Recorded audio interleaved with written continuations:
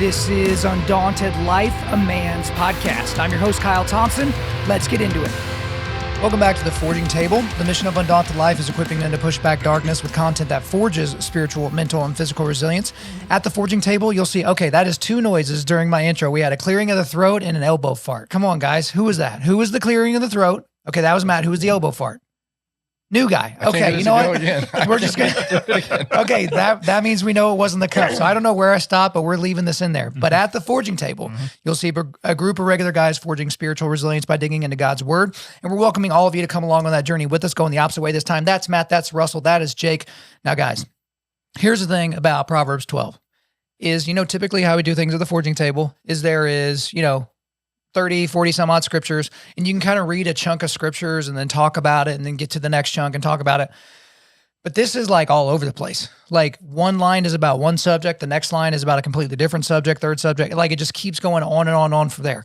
So what we decide that we're going to do is we're just going to go around in a circle and like figure out, like you're going to talk about the one you want to talk about, and then we'll talk about it together, and then we'll kind of switch around and go, but it's lame if you just go around in a circle. Like, all right, we're going to start with you, and then we're just going to go clockwise. So that's not what we're going to do. I'll get to how we're going to figure out the order, and we're going to do it like a fantasy draft. Oh, no. But with that in mind, I get a lot of hate because I don't like golf. I get a lot of hate because I don't like coffee, but I also get hate because I constantly talk about fantasy football and like how guys give themselves over to it and spend too much time doing it and whatever. But I play fantasy football with guys, and I don't watch the games, but I set my lineup and all that, and, it's fun and all that. But I want to know the worst fantasy football punishments that you guys have heard of. So typically what happens is there will be like 8, 10, 12 guys in a league, and some guys do money, some people don't. But whoever gets last place, there's typically like a punishment to where it basically keeps a guy from just disengaging and never setting their lineup right. And so I've heard of some pretty docile fantasy football punishments, but then I've heard of some that were like kind of crazy and kind of ridiculous. So what are the worst ones that y'all have heard of? Let's hit that first. I think the worst one I know of, previous league I was in, if you got last place, it's not like bad in terms of having to do anything or dress a certain, it was expensive. Essentially, if you lost, you were responsible for planning and paying the bill for the following year's draft party. So that could get expensive. It got really expensive because, some guy, and it varied, sometimes it was, okay, you're coming to our home and I've got food and drink. Like you did not buy anything for that draft. If you were not last place, everything else was purchased. But yeah, some of the guys, it was like, okay, now we're going to Vegas or they're something like that. Yeah, that could get a lot worse. What about you guys?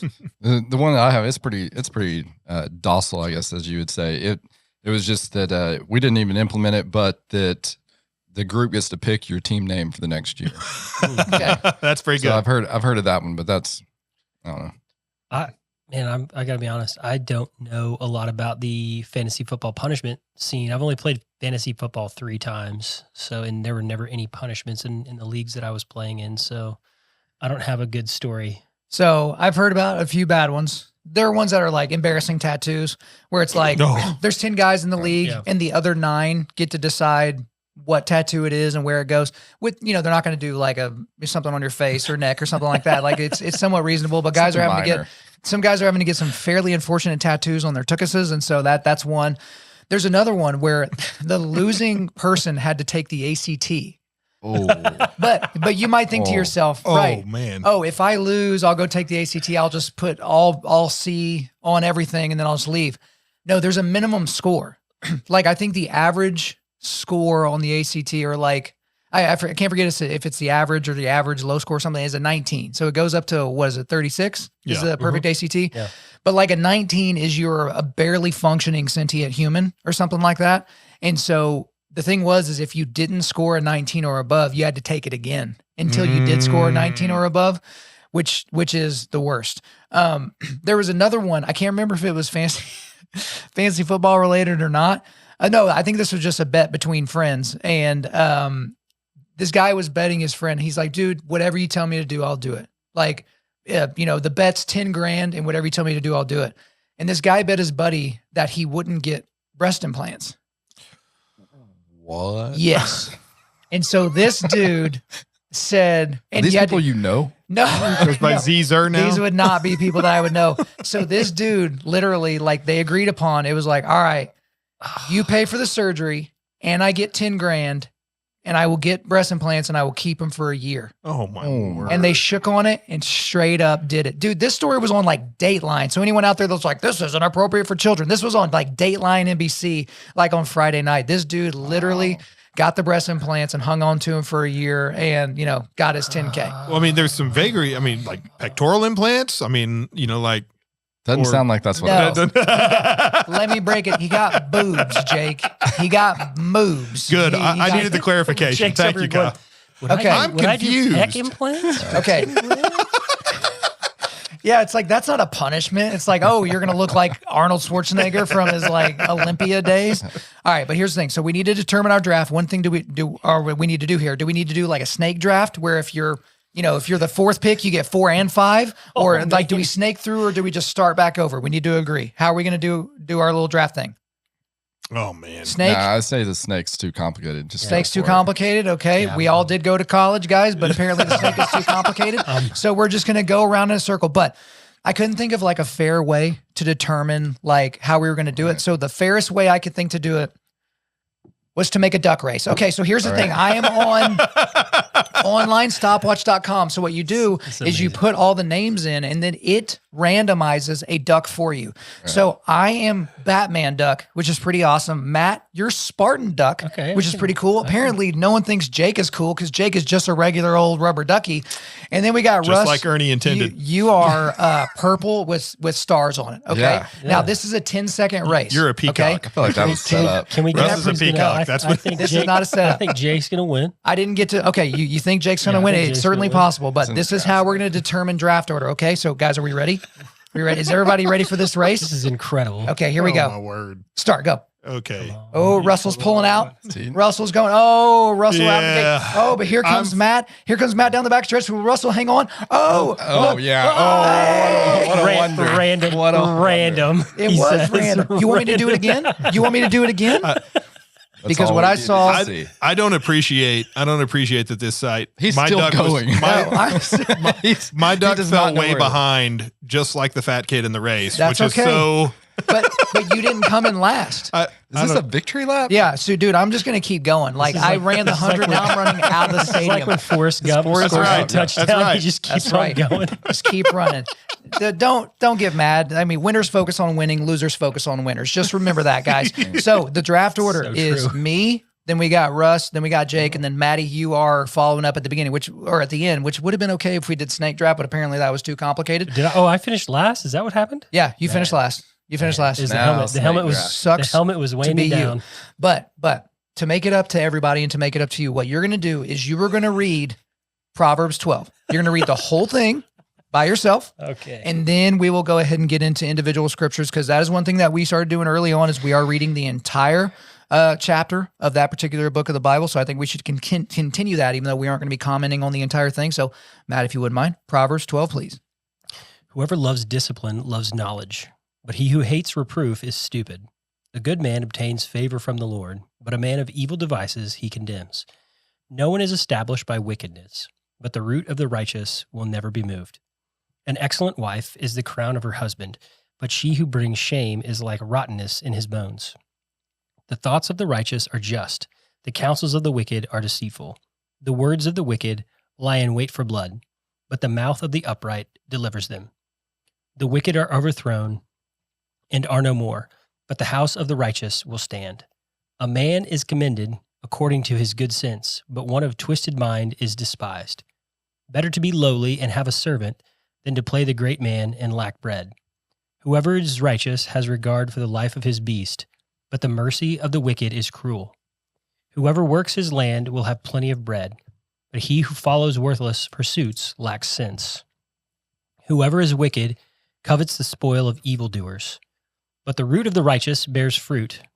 An evil man is ensnared by the transgressions of his lips, but the righteous escapes from trouble. From the fruit of his mouth a man is satisfied with good, and the work of a man's hand comes back to him. The way of a fool is right in his own eyes, but a wise man listens to advice. The vexation of a fool is known at once, but the prudent ignores an insult. Whoever speaks the truth gives honest evidence, but a false witness utters deceit. There is one whose rash words are like sword thrusts, but the tongue of the wise brings healing. Truthful lips endure forever, but a lying tongue is but for a moment. Deceit is in the heart of those who devise evil, but those who plan peace have joy. No ill befalls the righteous, but the wicked are filled with trouble. Lying lips are an abomination to the Lord, but those who act faithfully are his delight. A prudent man conceals knowledge, but the heart of fools proclaims folly. The hand of the diligent will rule, while the slothful will be put to forced labor. Anxiety in a man's heart weighs him down, but a good word makes him glad. One who is righteous is a guide to his neighbor, but the way of the wicked leads them astray. Whoever is slothful will not roast his game, but the diligent man will get precious wealth. In the path of the righteousness is life, and in its pathway there is no death. Thank you very much, Matt. So we're going to dig in. And who won the duck race? Oh, I did. So the Batman duck is the superior duck. Sorry about you guys, but I'm going to go ahead and pick the first one. And I really hope I pick one that someone's all like, oh man, I want that to be mine. So I'm going to go with one that I have a feeling, because this is part of the thing about a draft. You have to be defensive in your draft as well. Because you might draft a player that you don't necessarily want, but you don't want the guy behind you to get that player. So you're going to take him off the board. So I have a feeling that Russ was going to pick the scripture I'm going to pick. So I'm going to hit it. So I'm going to hit. I can't see your notes, man. I'm not cheating. Right. But I'm taking Proverbs 12, verse 4. I'm taking it. Was that not one of yours? No. Okay, well, this just got super lame with that big buildup, and then there's nothing here on the back end. So I'll read verse 4. An excellent wife is the crown of her husband, but she who brings shame is like rottenness in his bones. So here's something that I want to talk about. So there are a lot of great things about doing Undaunted Life and doing the speaking engagements, doing the podcast, the devotionals and all that. But one of the, I won't call it unfortunate things, but one of the heavier things is I will have strangers reach out to me to shoulder parts of their burden, which is unfortunate because it's like, did you not hear what I was saying about the foxhole? How you need guys around you that can shoulder part of that burden and all that. And here you are reaching out to a podcaster that you don't know. But also at the same time, I know that there's roughly 600 episodes out there. And if you listen to all those, you kind of feel like you know me. Yeah. Right? It's kind of like when people come up to Joe Rogan in public, they think that they know him because they've listened to him for thousands and thousands of hours, right? And so I know that there's a little bit of that. So I will have guys come up to me and reveal to me the worst thing that's ever happened to them, right? It could be a sickness. It could be something that their father did to them when they were a child. It could be any number of things.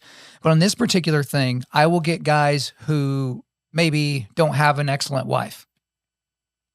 Or I'll get guys that have a wife that maybe violated their marriage, maybe lied, maybe had an affair, maybe left them, took the kids and then like turned the kids on them. I had a guy send me an email. It was heartbreaking. He's like, look, I'm in the middle of this brutal situation where I'm co-parenting with a woman that hates me. And I can tell she's saying these horrible things to our children. So when the kids come over, they're a little bit standoffish towards me. A bunch of bad situations. And I'm reminded of some advice Joby gave me a long time ago, just generalized advice for husbands, which is, he was talking about in terms of ministry, but it's like your wife can be the launch pad for your ministry or the ceiling. Mm-hmm.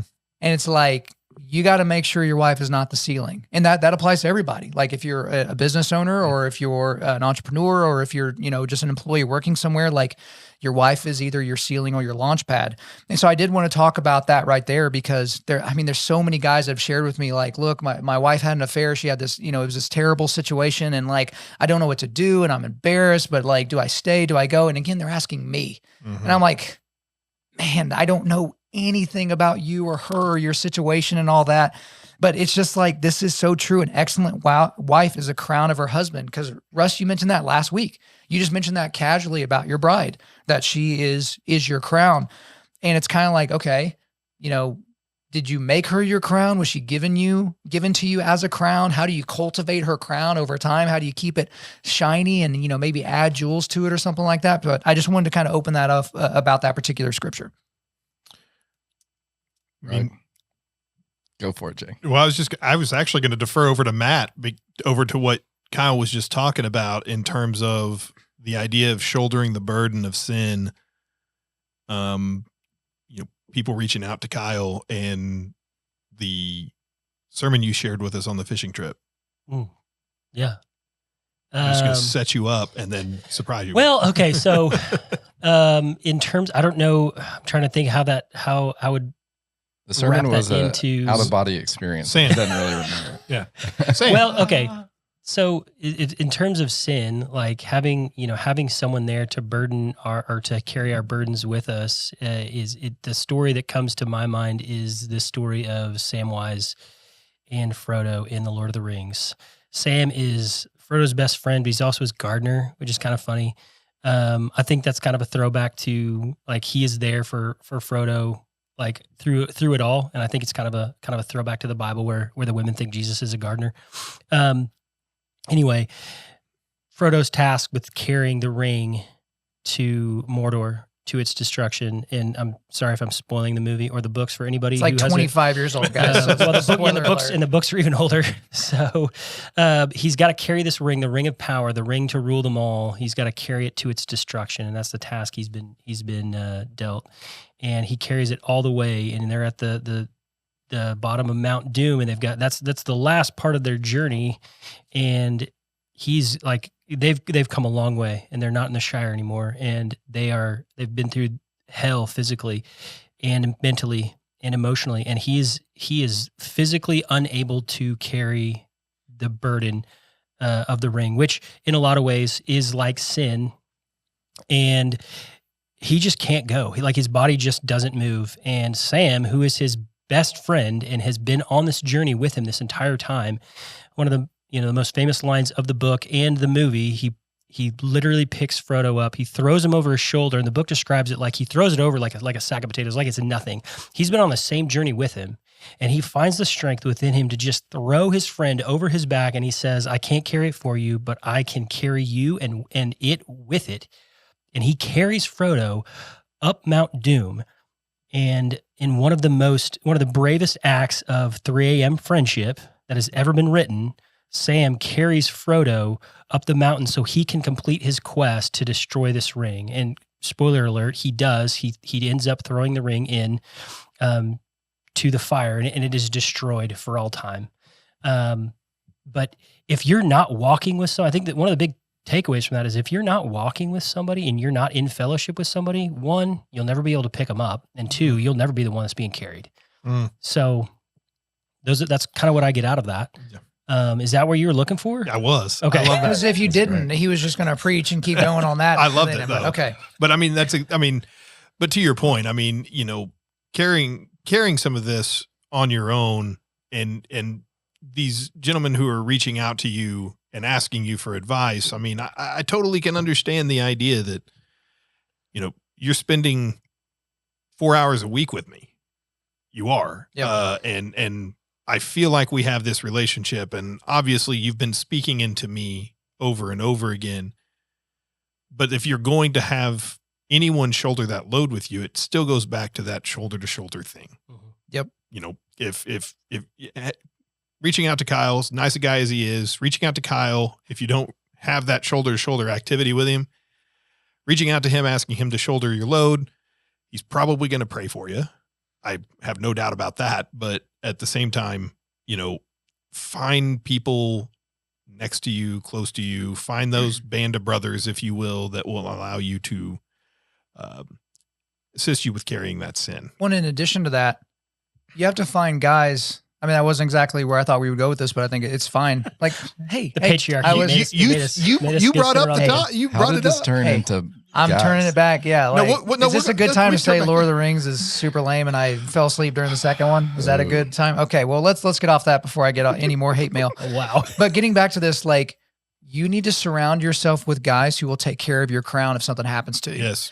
Because that's the other thing. Like, so if something happens to me, I don't want anybody touching my crown. No. Okay. No. I said care for. Maybe we should clarify. I said care for your crown. I don't mean service your crown, if you know what I'm saying. Like that's kind of what. So one of the reasons why my wife and I was started on this journey years ago of trying to find a different church was because the church we went to, which was Life Church, big church, the TED Talks with Bible verses, great music, everything's funny, everything's good. is I realized one day that if something happened to me, no one at the church would know about it. And we were volunteers. Like we were there every week volunteering, like, so we were known. But if something happened to me, no one at the church would have known they needed to go to the house to make sure Kelsey was okay. And so there was no one that was going to be able to care for my crown if I was gone.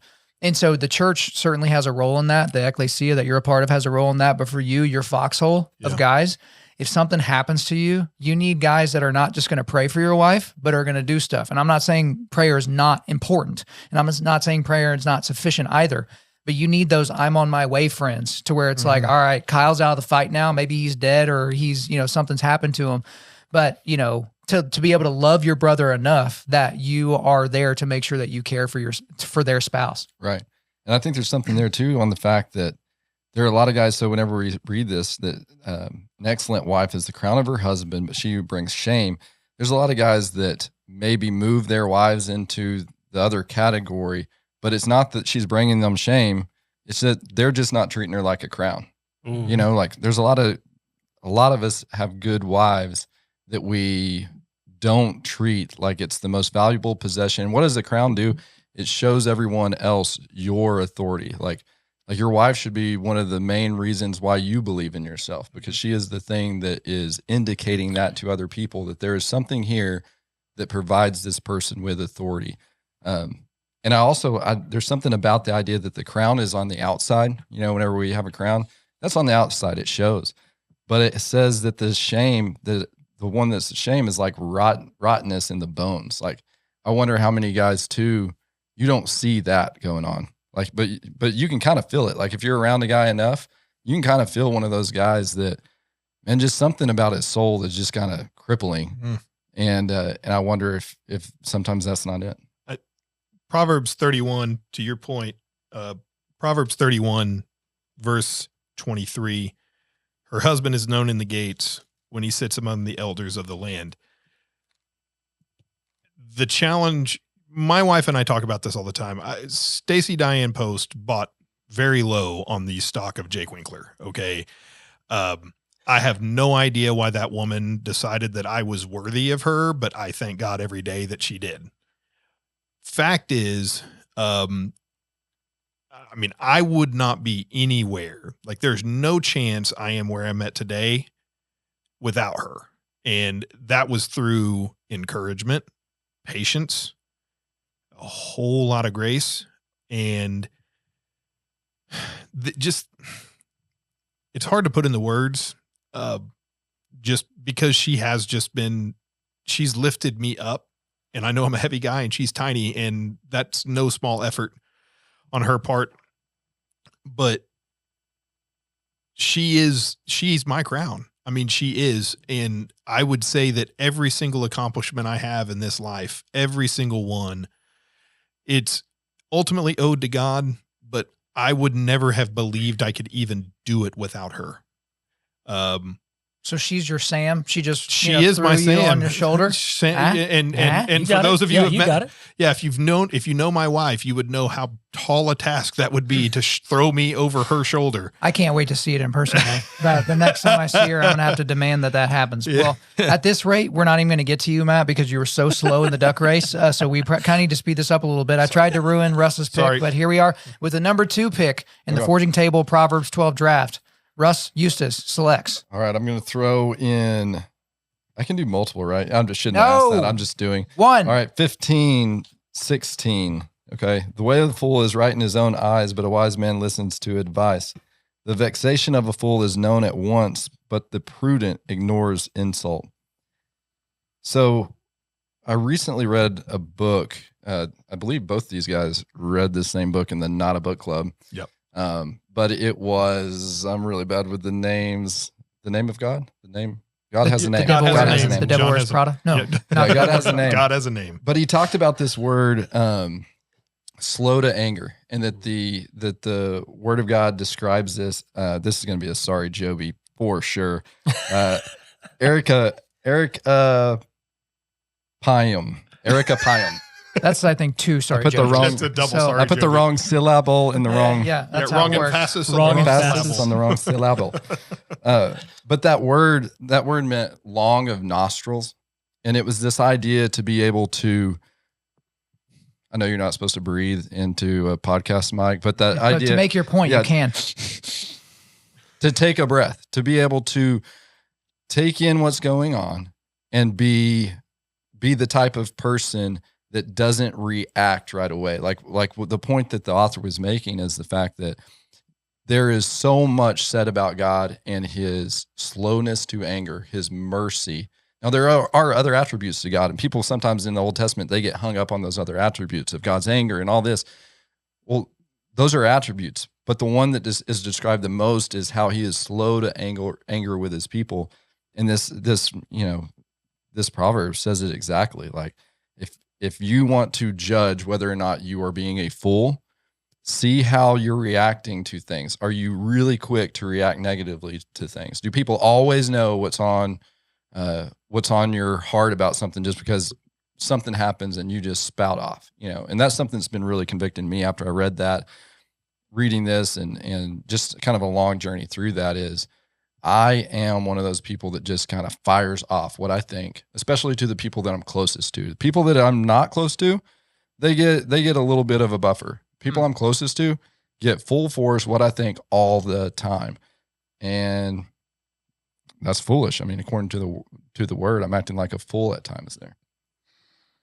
Actually, that's kind of surprising to hear you say, because, the funny thing about you and I is like we met a long time ago, but we've had long stretches of just not being around each other not because anything happened, but it's like your work took you here, my work took you there. And then we always seem to kind of find our way back to our friendship and to kind of being around each other. And I would not have pegged you as a guy that's like, I'm going to give you a piece of my mind at all times. Right. Like, you seem fairly prudent in my estimation. Yeah. And I think that what I said, full transparency, what I said about the people that are closest to me get the most of my vexation. I would say in this as well, the part of 16 is the prudent ignores an insult. One of the David Thompsonisms, so that's my dad, one of the pieces of wisdom that he gave me, whether on purpose or on accident, was don't sweat the small stuff, because I would always sweat the small stuff. And so when you're a kid, we've all heard the example, you break up with your girlfriend when you're 15 and you'll never think you'll love again. Like, and when you see a kid that's in the middle of heartbreak, it's like, well, that's the worst thing they've ever experienced. And you've lived a lot more life and a lot more pain is coming for them. And so you're kind of like, it's easy to say, don't sweat the small stuff, but that's true. And, for me, and I've talked about it before, I carry that into what I do with the show, because if I based the content that I talk about and the way that I talk about it on people's feedback and on whether or not they like it or whether or not they want to hear it, my show would be super lame and bland, because I would just try to stay down the middle and try not to, try not to rock the boat or anything like that. But that wasn't what I was called to come to this planet to do.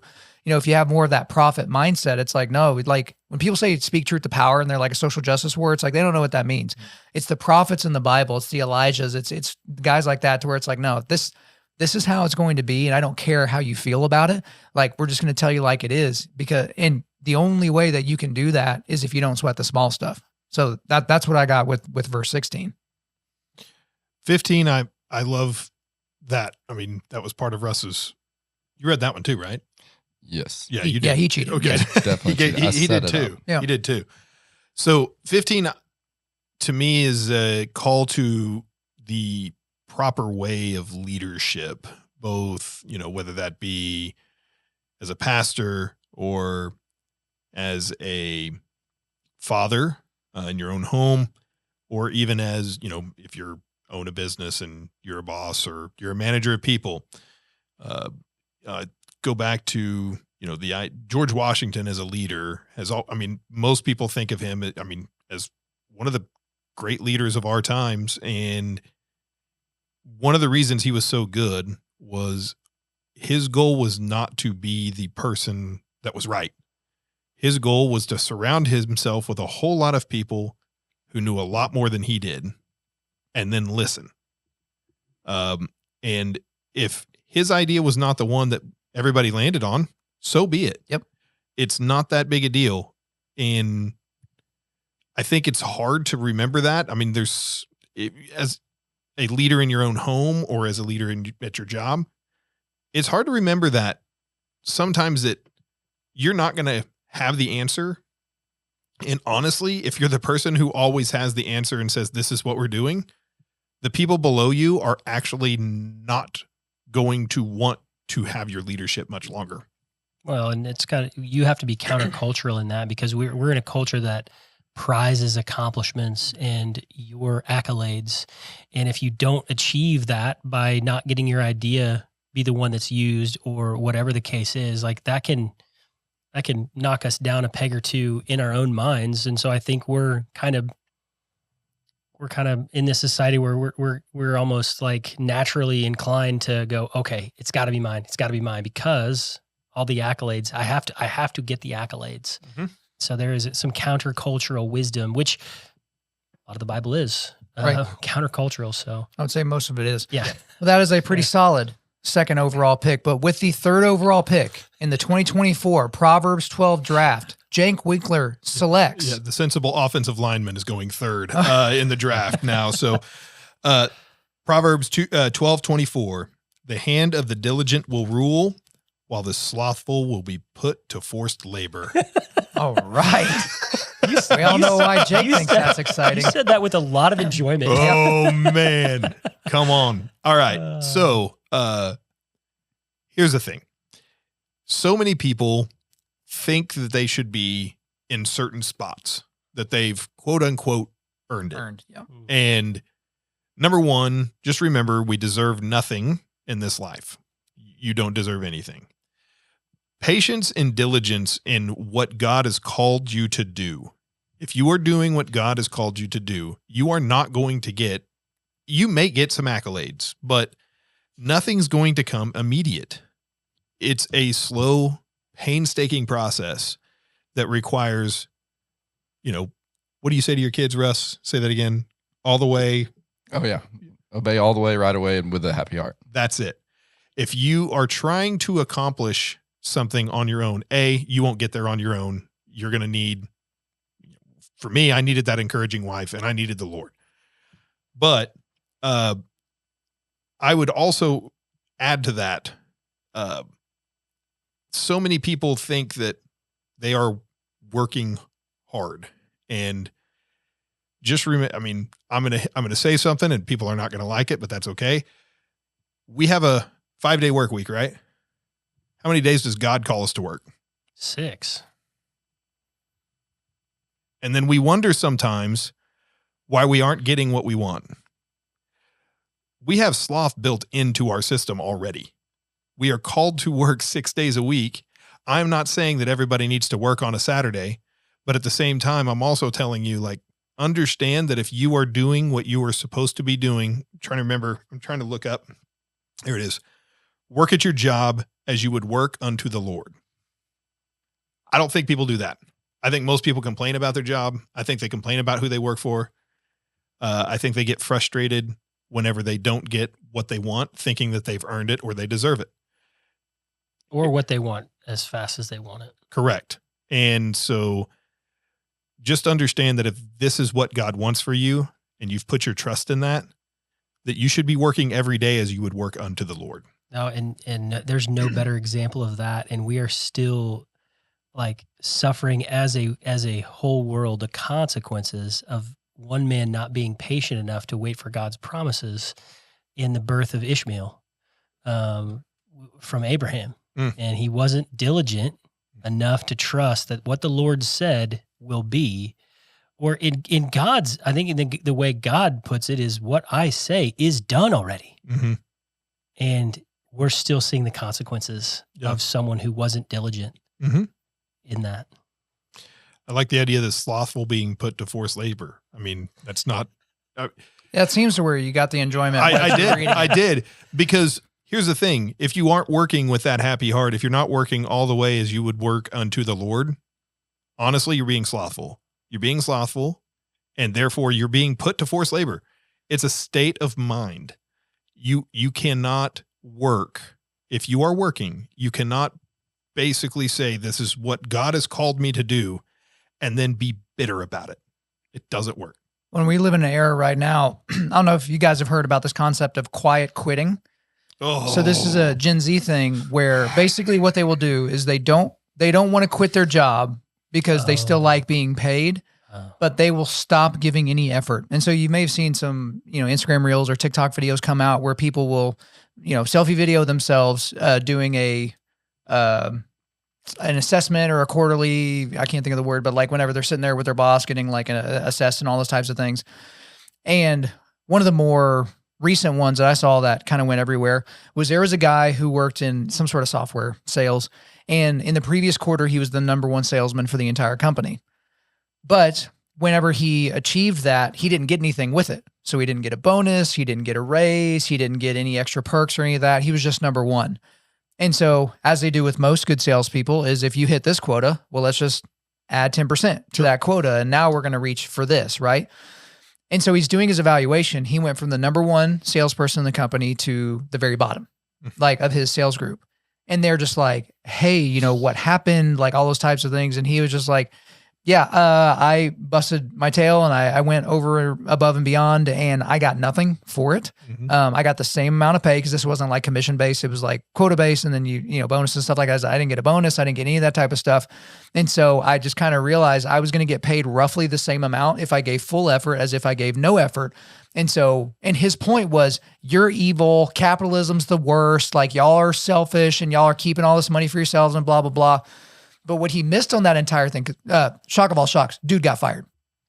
And he deserved to get fired. Didn't see that coming. Now, if you want to have a discussion about incentivization for your employees and specifically incentivizing salespeople who are your racehorses, like I get it. Like I'm all for that. Like I'm all about eat what you kill. But what he missed on this whole thing is that you are not entitled to that job. You have to earn it to keep it. And the thing is also, if he had been working as unto the Lord, he wouldn't have been as concerned about the bonus or the attaboys or any of that type of thing. And I use the same example for me all the time. When I was doing episode 7 of this podcast or episode 6 or something like that, I put in the same level of effort and preparation as I do now. At that time, I didn't have a dozen listeners that didn't live in my house. Right. And now we have considerably more than that. And I'm putting the same level of effort in, even though I know there's way more people tuning in because I'm not working for y'all. I'm not working for the people on the other side of the microphone. I'm working as unto the Lord. Amen. And if I get taken home today, I will have left behind some devotionals and a few hundred episodes that will help equip men around the globe to push back darkness, which is what I was put here to do in the first place. And so if I don't get a bonus, if I don't get more sponsors, if I don't get more donors, if I don't get this, that, and the other thing, that wasn't the point to begin with. Yep. But if it becomes the point, then I'm out of whack. The quiet quitting. There's another thing that people are doing now called moonlighting. I don't know if you've heard about this. So they're signing on, because remote work's become more common now. They're signing on, they got a job, and then they will actually get a second job, but then they will only work basically half days for both. And then basically just get paid for 2 different jobs, not disclosing that I'm sometimes working for a direct competitor. Listen, I mean, and I'm biased here. Maybe you guys are going to say, well, okay, he owns a business and, he obviously is going to have a very strong opinion on this stuff. But honestly, I don't see how you can be saying that you are following Christ and then doing stuff like quiet quitting or doing stuff like moonlighting. I don't see how you can find that ethical. I don't know how you square that with what God is calling you to do and working and being honest and forthright. You settle up every 2 weeks with your employer. I've always thought that you settle up every 2 weeks, but at the same time, there is an honesty and a truthfulness that should be going both ways at the same time. But even let's say you work for somebody who is a tyrant and is not truthful or anything like that. That doesn't give you license to be the other way, to be the same way.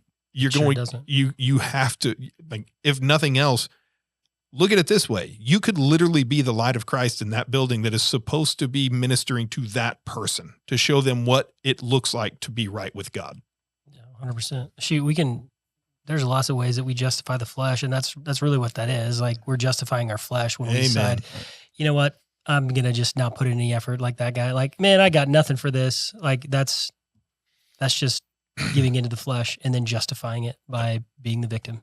And that's giving yourself permission. Big surprise, the CPA after April 15th is going like, I'm tired of people not wanting to work. Yeah, well, that is your cross to bear, sir, not ours. We're not shouldering any of that burden. Amen. But Amen. that is the third pick. But now, with the fourth pick in the 2024 Proverbs 12 draft, OG Matt Grassmeyer selects. Proverbs 12:23. All right, hit it. 12:23 is a prudent man conceals knowledge, but the heart of fools proclaims folly. And I kind of went with this one. It kind of piggybacks off of 15 and 16. And over the course of my business career, one of the best pieces of advice that I've ever received is your leadership is defined by the knowledge you gain rather than the knowledge you portray. And is a lot. I think again, Say back that to again. your leadership is defined more by the knowledge that you gain rather than the knowledge that you portray. And what that means is in a society that within the cult of the expert, it's always Oh boy. what am I putting out there? The more content I'm putting out there, the more people think that I am an expert of whatever field, the better off I am. And to your point about Washington, he was very, very good at receiving knowledge and taking it in and then saying, okay, of all the things that I've just digested, what is the best course of action? Because at the end of the day, the buck stops with me. I'm the one that's got to make the decision. So, okay, my ego aside, maybe my idea wasn't the best, but old Johnny over there had a great advice and a great idea. Let's do that. So the asking good questions comes into play. And that's what I think of with 23. Like as a prudent man, I don't have to project my knowledge. Fools do that all day long. You're going to know. So a fool's going to tell you they're a fool. So a derivative of that is something that I learned in sales, which is you don't get paid on the information you give out. You get paid on the information you bring in. That's so true. And so when you're sitting down because I used to be in these, financial sales processes and, that can get really weird because you're talking about people's money. You're talking about what happens if they die or if they get hurt and how are they going to, support their family and all that kind of stuff. And so what a lot of people will do is they'll just start selling. People will sit down and then they just start selling. They take them through their sales process. You've seen these people that are trying to sell houses and they're immediately just talking about features and benefits, features and benefits, features and benefits. And yet they're not asking any questions. Because the thing is what I've learned in sales, and any good salesperson knows this, is the person you're selling to will tell you exactly what it'll take to sell them. Exactly. If you ask the right questions. Yep. Like they will flat out tell you, I'm looking for a place that's close to my kid's school. I want a big farmhouse style sink in the kitchen and I want big windows on the second floor. But if you just walk into the house and you start, well, here's the garage and here's the hallway and here's the kitchen and here's the whatever, and you're not even asking them, they're telling you if you will just get out of your own way. But if you're worried about getting through the 5 steps of your sales process, you'll never get there. No. That's right. Is that all that there is to be said about Proverbs 23? There's a reason why you're at the bottom of the draft order. I always love the quote. I always love the quote, better to keep your mouth shut, be thought a fool, than to open it and remove all doubt. Yep. And, I will say, I think there's something in this verse to stoicism, this idea that quiet, and I would almost call it's quiet wisdom. Stacy's granddad, Albert, I always thought that, like, to me, was one of the wisest, most godly men I've ever met. And he did not talk a lot. I mean, he was pretty quiet, but you knew that if you needed an answer, he's the one you wanted to talk to. I mean, and I think all of us probably have someone like that we can point to and say, if I was really up against it, this is the person I know I would want to talk to about it. Right. Yeah, like Vinnie Jones in Gone in 60 Seconds. I don't remember his character's name, but he doesn't say a word the entire movie. That is the first Gone in 60 Seconds reference on this show. Go, get it. So he's just Is it Bullet Tooth Tony? No. That may be it. It may be Bullet Tooth Tony. He's this. Wait, is this the original Gone in 60 Seconds or the Nicolas Cage one? The Nicolas Cage one? Okay. There was an original. Is there an original Gone with 60 Seconds? I'm almost certain there is. Don't lose your spot in the story because we need to fact check this in real time.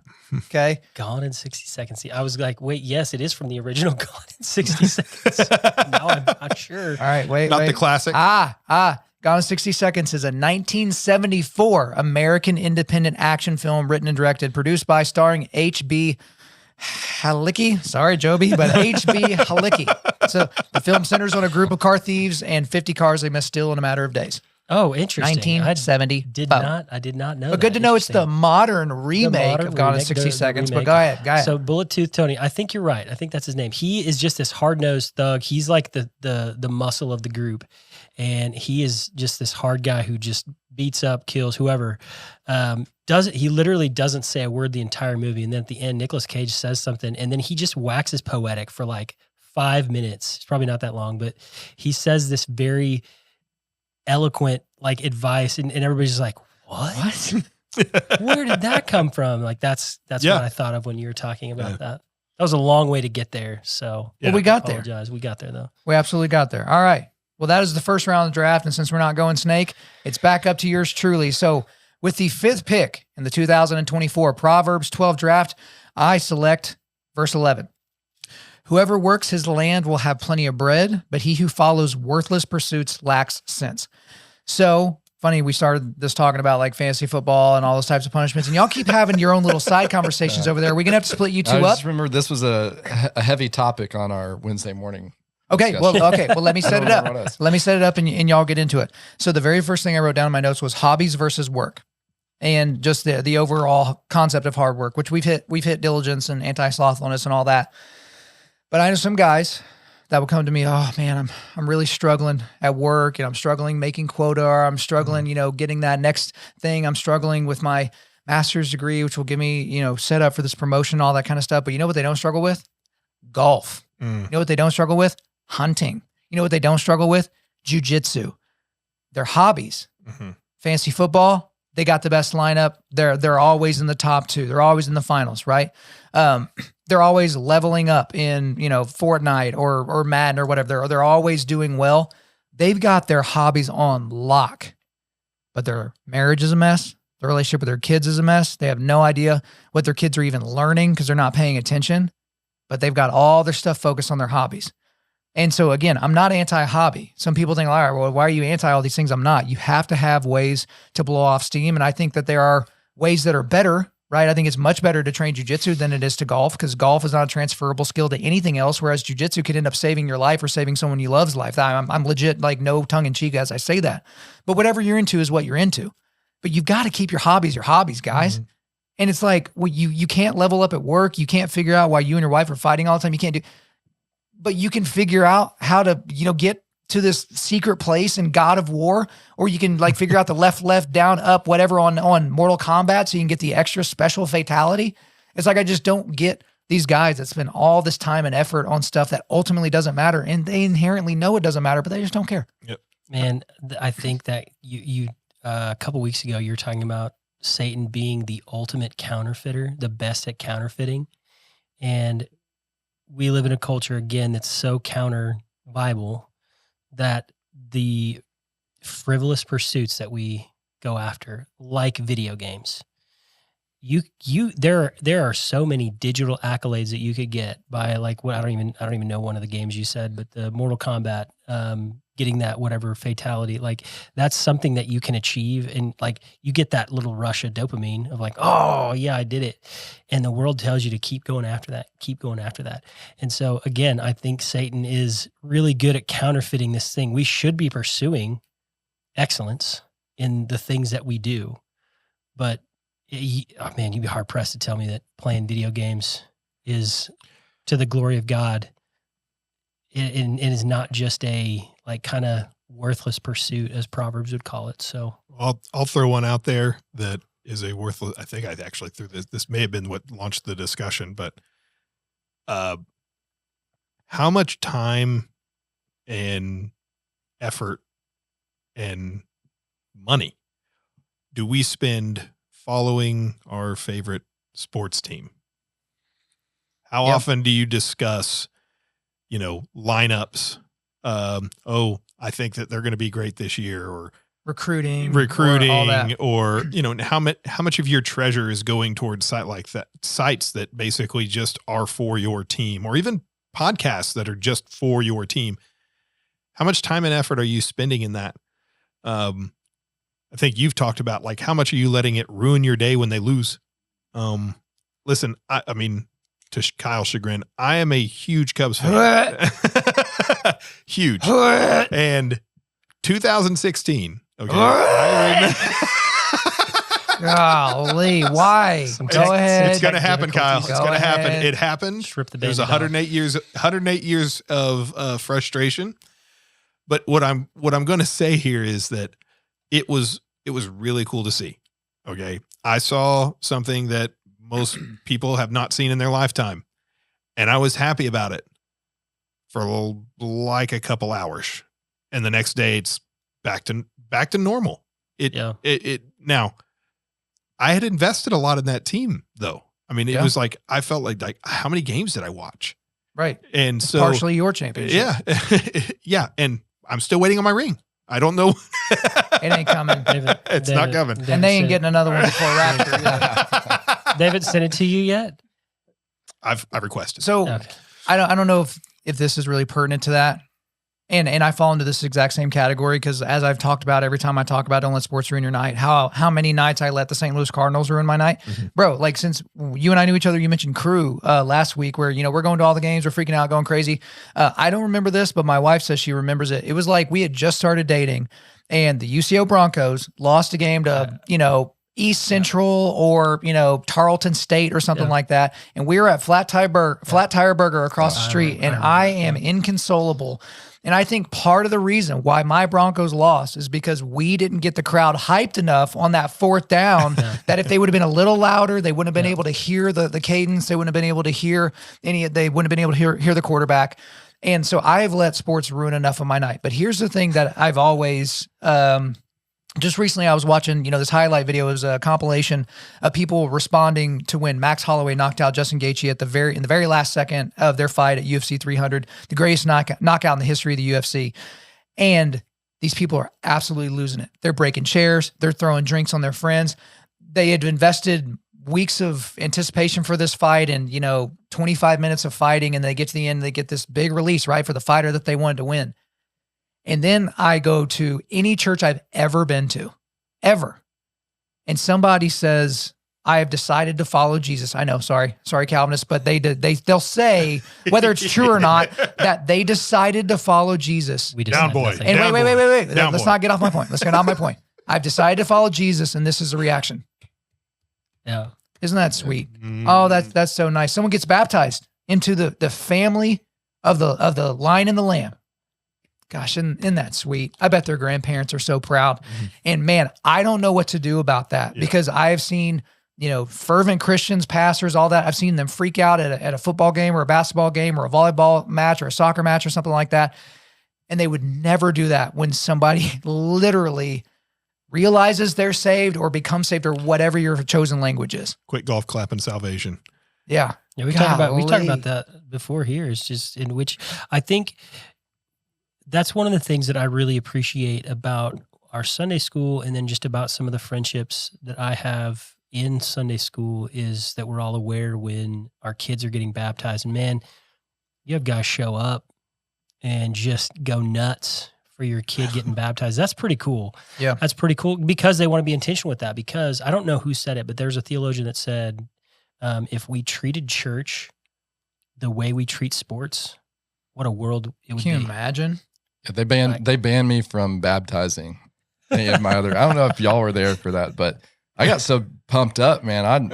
I threw him down. That's right. I mean, they put a new policy in place on where they put it because of how no splashing policies. I slammed him down, man. We were making a memory. We were putting that into our lives forever. Yep. And there was no way we were walking away from that without it being something big. That's awesome. Is it Scotty Scheffler? Is he he's the golfer, the big just won the Masters, right? Yeah. So he gets a lot of consternation from reporters and fans in general because his basic attitude towards it is, it's just golf. It's golf. Like, just a job. You're like one of the best at your sports, and what a great example for our kids to follow. If there is someone that you could be okay with them following, someone like Scotty Scheffler, who's like, yeah, it's just golf.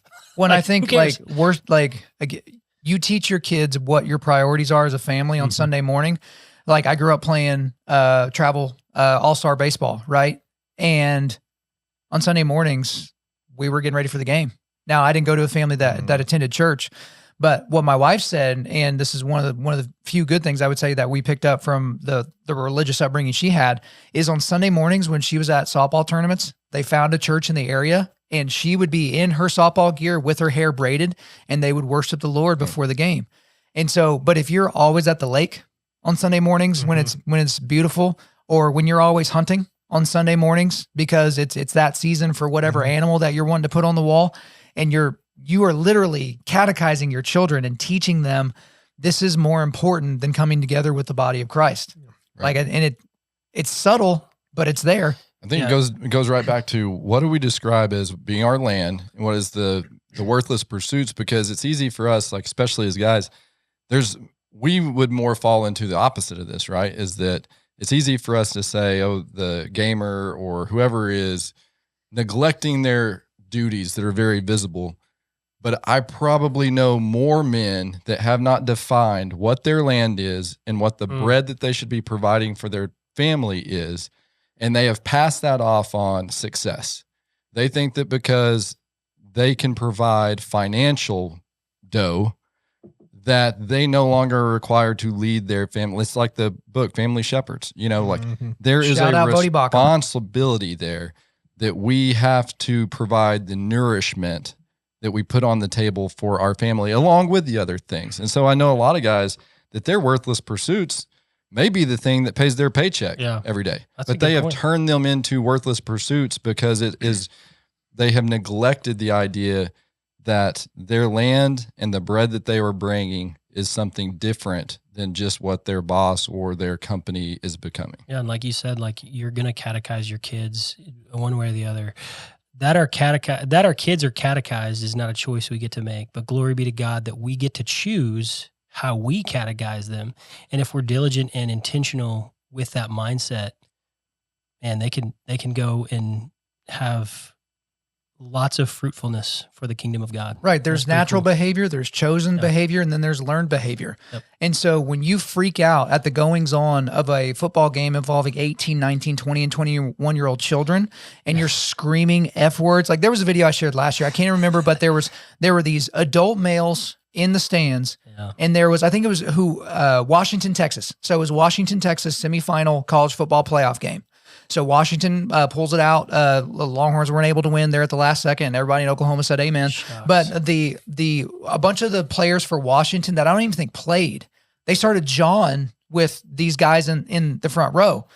And I remember saying, because everyone's like, look at these horrible Texas fans and what they're saying to these young men. And then there were people like, look at these terrible, young, disrespectful men like saying these old things. And I'm like, they both acted like thuggish idiots, the people in the crowd and the people down there.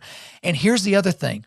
The adults in the crowd were screaming and yelling and cursing at these young boys, and their children were right there next to them. Yep. And so the wife's trying to be like, honey, please sit down, sit down. You know who's in between them? Their 7-year-old son. Yep.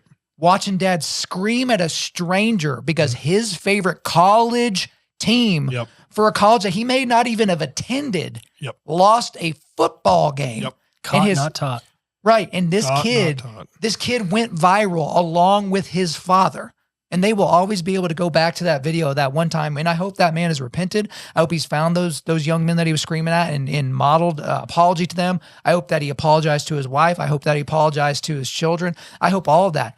I'm not going to hold out any hope that actually happened. But again, it is caught, not taught. And that's the thing is, you don't want to be the dad that says, do what I say, not what I do. Because what you're doing is you're constantly giving yourself an out to say like, you know what, son, you should exercise. It's important, but then you don't exercise. You know what, son, you should read the Bible, but you don't read the Bible. You know what, son, you should control yourself at sporting events, but you don't control yourself at sporting events. It's like, you definitely don't want to become that dad. Yep. Any last thoughts before we get out of here? Unfortunately, I got 2 picks. The rest of y'all got 1. But hey, your Ducks should have been faster. But guys, that's where we're going to leave it. We're going to leave Proverbs 12, but come back here next week where we are going to dig into Proverbs 27. And then after that, we're going to dig into something else. We'll leave the Proverbs. Make sure you've read Proverbs 27 so you're ready for next week. But before we let you go, we are going to do a quick resilience boost. At Undaunted Life, our mission is equipping men to push back darkness with content that forges spiritual, mental, and physical resilience. Do not forget, I think I forgot to do the ad for Logos and Crossway, but guys, we are partnered with Logos and Crossway. They do not pay us to do this. We only do this for your benefit. Logos, the best Bible software out there. Crossway, the 5-book Forging Table Starter Set, of which The Family Shepherds by Bodhi Bacham is one. All that information is in the show notes if you want to check that out. But also, we have a link to our donation page. Guys, if you're wondering, how do all these amazingly handsome men get around this table with all this very expensive equipment to bring us all this amazing content about the Bible? It's because we have donors like you guys. That's how we're able to keep the lights on around Undaunted Life. And so if you want to support us in our mission to equip men to push back darkness all over the globe, hop on board and become a monthly donor. Thank you for listening to this podcast. Wherever you're listening to this, please subscribe, rate, and leave us a positive 5-star review. If you want me to come speak live at your event or on your podcast, just shoot me an email to info@Undaunted.Life. That's info@Undaunted.Life. Follow us on Instagram and like us on Facebook, and check out our website for everything else, including how to donate to keep more content like this coming your way. Just go to www.Undaunted.Life. And as always, we want to thank the band Holy Name for allowing us to use their music for our content. The music on this podcast is their song Perpetua, which is off their self-titled debut album on Face Down Records. The links are in the description. I'm your host, Kyle Thompson.